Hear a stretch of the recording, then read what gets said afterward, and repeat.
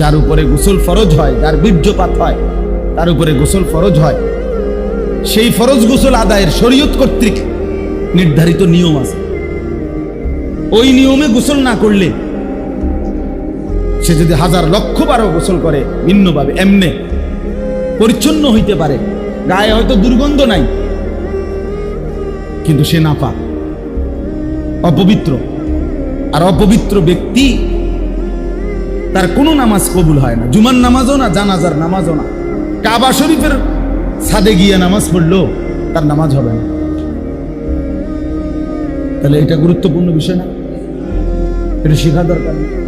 কই আমরা এখন দিগাই,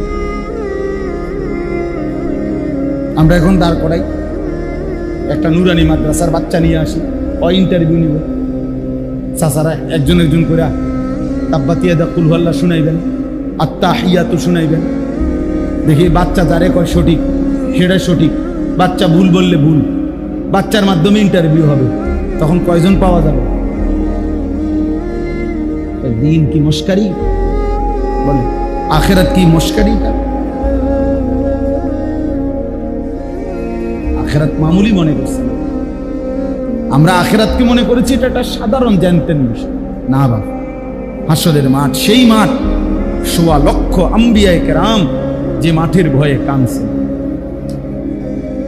আদম থেকে আমাদের নবী সাল্লাল্লাহু আলাইহি ওয়াসাল্লাম পর্যন্ত সমস্ত নবীগণ যেই মাঠের ভয়ে দিবানিশি কাঁদছেন, দোয়া করছেন, আল্লাহ আমারে মাফ করে দেন, মাফ করে দেন। অথচ নবীদের কোনো গুনাহ নাই, নবীদের কোনো কি নাই, কোন নবীর কোনো গুনাহ নাই, আমাদের নবীরও নাই, আগের নবীদেরও নাই। সমস্ত নবীরা মাসুম, সমস্ত নবী নিষ্পাপ, আদম থেকে আমাদের নবী সাল্লাল্লাহু আলাইহি ওয়াসাল্লাম। অথচ তবুও তারা হাসরের ময়দানের ভয়ে কেঁদেছেন। জিন্দেগি এর ভিতরে দিয়ে আমার হায়াত, আমার সময়, আমার ঘন্টা, আমার মিনিট, আমার সেকেন্ড, প্রিয় ভাই আমার এটাই আমার হায়াত।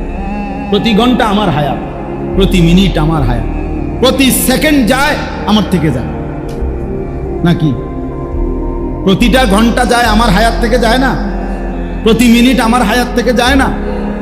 আমি সবসময় এটা বলি, প্রিয় যুবক তোমাদেরকেও বলি, বন্ধু, মনে করো আগামী 100 বছর পরে পৃথিবীর মানুষ সব আধুনিক হয়ে চাঁদের দেশে চলে গেছে।